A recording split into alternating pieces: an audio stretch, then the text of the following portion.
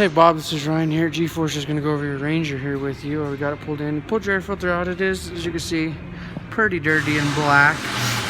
Looking at the tires here, you can see they are getting pretty badly weather cracked. You can kind of see all the cracks all throughout the entire tire, and they're pretty much worn out on tread too. So we'll get a quote on getting some new tires put on this thing for you.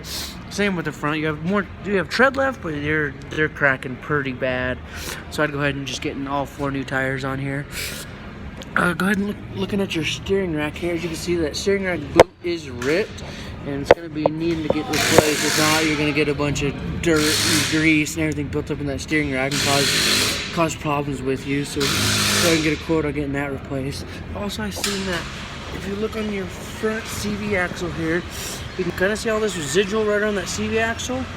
And we washed it off, but all the way around this axle, or this diff here, from that seal, there was like, it looked like oil residual. It was so hard to tell because it was still caked in dirt, but looking at the CV shaft, you can see all that oil residual coming out of that seal. And it's on both sides too. So we'll go ahead and need to get a quote on getting those front diff seals replaced. You can see it also on the rear a little bit too. So we'll go ahead and get you a quote on getting those replaced for you. I'll show you this side here. This side's not quite as bad, but they're both leaking.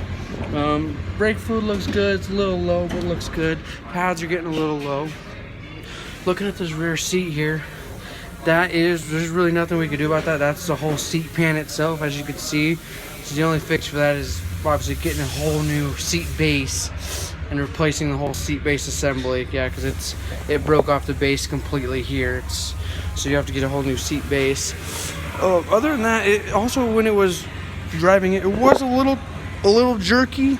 That just means the belt could have a couple burn spots in it. So I would recommend us pulling a belt apart, or pulling the belt cover off, checking that belt for any burn spots, and if there is, go ahead and get an approval to get that replaced.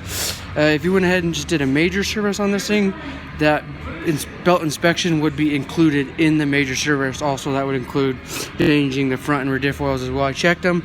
They're a little low, a little dirty, not horrible, but they could use to be changed, which that would be included in the major service also. So I can get you a quote on doing the service. If you'd rather upsell to or rather do a major service, then we'll go ahead and get you a quote on that.